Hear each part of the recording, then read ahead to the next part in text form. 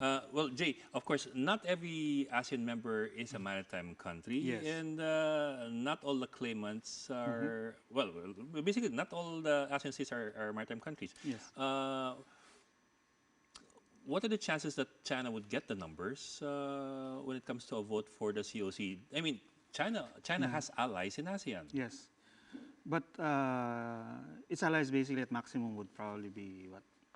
Three. Best case scenario, the continental states. No? Cambodia. These are basically the Cambodia, landlocked historically states. we've seen Yeah. Cambodia, Laos, Laos. no? At least two. The thing is, all you need is one. Okay? All you One need to is object, you one mean? to keep a consensus from being formed. Okay. Okay? And that was done before. And we've seen China, through its influence over Cambodia or Laos, prevent decisions from being made. No?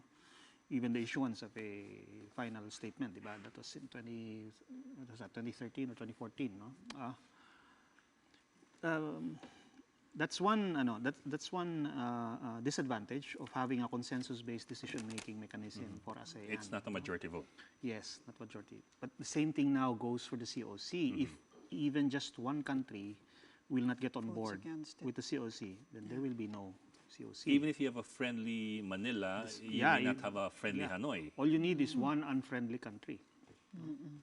And the one with the most stakes, as you said earlier, no, at this point, would be Vietnam, because its entire EEZ, as well as its claims, are now also being subjected to to unilateral Chinese actions.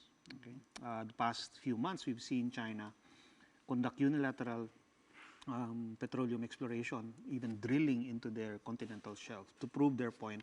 No? For China to prove its point that it owns the entire area of the Nine-Dash Line. And they really are pushing, they were pushing so close to Ho Chi Minh City, as close as 88 nautical miles away. No?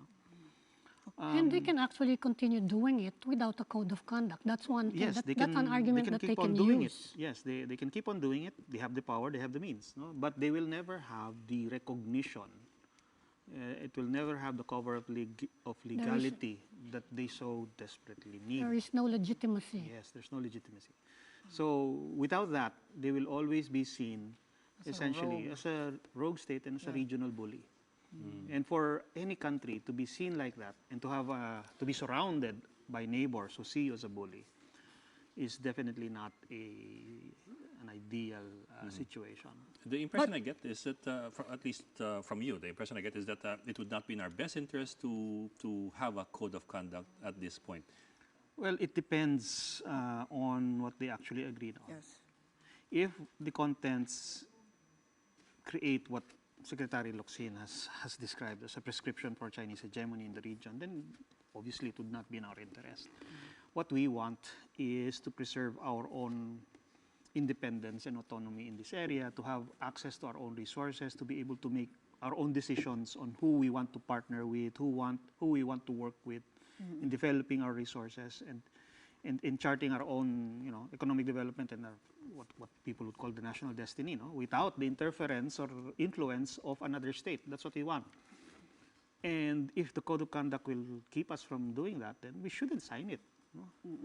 What we want is to be able to balance a regional power with either an alliance among ASEAN or an alliance and coalition between ASEAN members and other external powers, so that you can actually balance the overwhelming power of China.